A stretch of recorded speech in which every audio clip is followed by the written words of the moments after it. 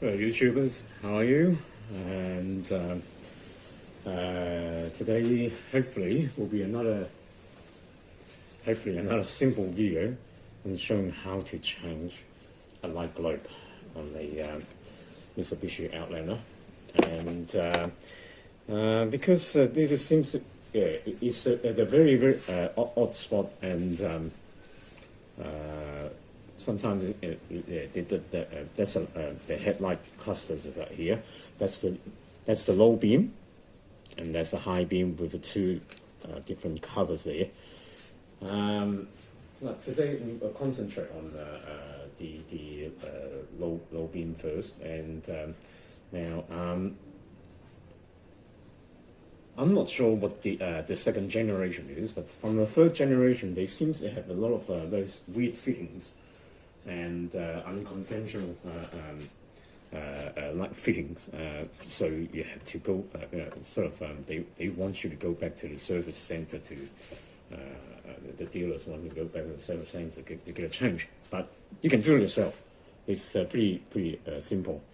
So we just concentrate on the low beam first, and the low beam is that is the dust cover of the low beam. So what you need to do is just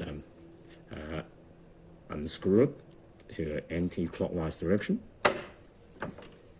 So that's the dust cap there. So put it somewhere safe. Don't drop it in the engine compartment. Very dangerous. So put it somewhere safe, and then stick your hand in. There's a little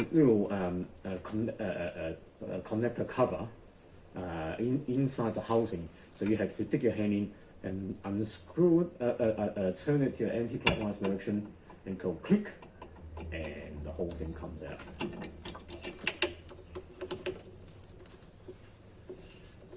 Like that.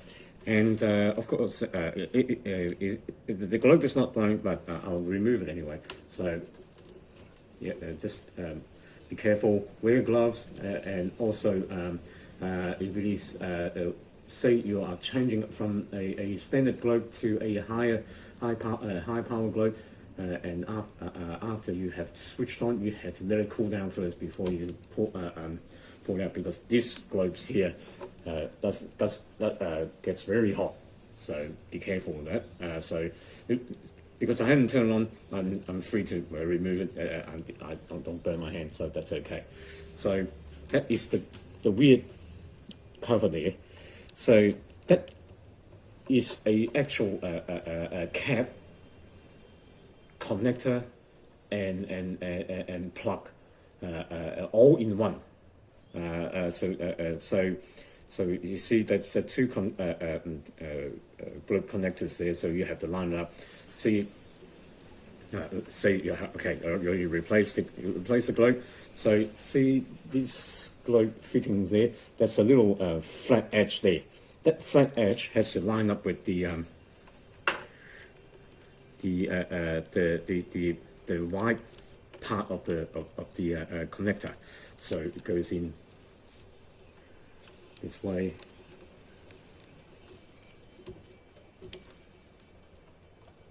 Just push it in and make sure it is lined up properly.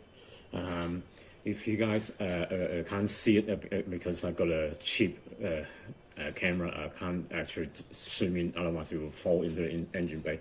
So what you can do, you can just pause it at any time and then see if you can zoom it in, or screen cap it, zoom it in, and see how this fitting goes in. So it's the flat edge lined up against the flat edge with the plug.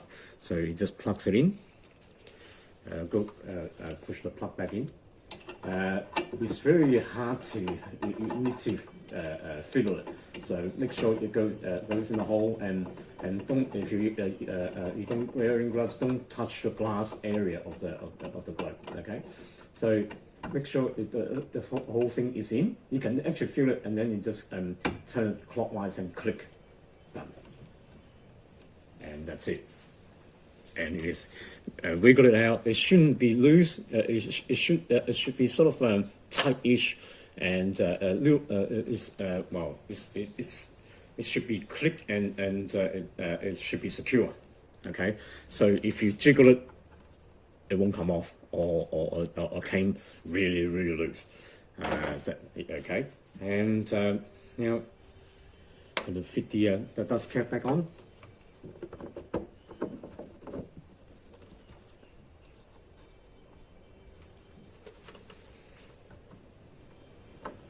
And turn it to clockwise to lock it, and that's it, and that's the job done. Now, with the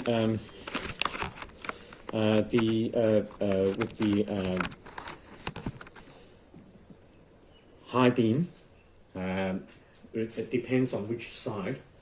It is kind of irritating. So it designed for you to go back to the dealer to get it serviced. To my liking, well, can't do much about it. It's just the way it's designed, and so be it. So with the high beam, what you need to do is you use one of those trim removal tool, and then undo the little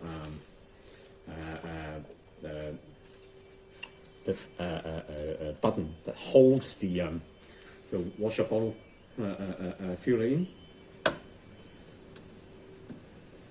Remove this little button. It press on the center part and just pop up the middle. The center part will pop up, and then you just remove it like this. Okay, like that. Okay, put it somewhere safe. Don't drop into the engine bay, otherwise you'll never find it again, or just throw it somewhere.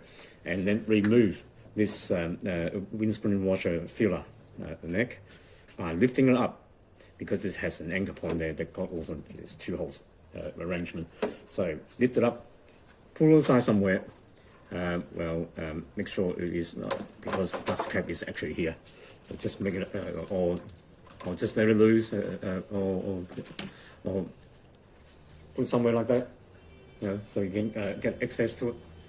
And the dust cap here is slightly, it's still twisting arrangement and anti-clockwise, but it's very tight.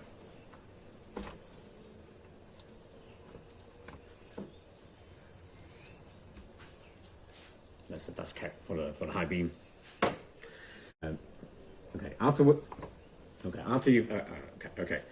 you plug the plug back in, make sure it's not loose. It's a positive click, and after you finish, just close the cap back. Same arrangement as the other one. You have to line up the tab. It's got four. Again, it has 4 tabs. So line up the 4 tabs against the slot. There's one tab is slightly wider, so you have to line up with the slightly wider tab. Line it up. So there's 4 tabs. There's one is slightly wider, and then you just push in. It should be a good push-in fit, and then turn it clockwise to lock it. However, this one is it's not as positive as the other one. You really need to twist all the way to lock it, and to make sure it's closed in. And now, as usual, before you finish off the job, turn on the headlight and make sure it works.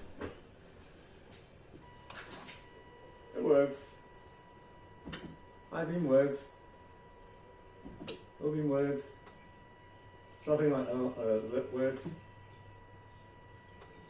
Yep, all good. And turn it back off and finish off. Okay, job well done. Okay. I'm sorry about the because it has this one has a HID arrangement, and the globe is a little bit hard to remove, so I had to. But the principle of removing is exactly the same as the low beam. So now to finish off job, put this back on the washer bottle filler neck. So anchor it and push the button back in.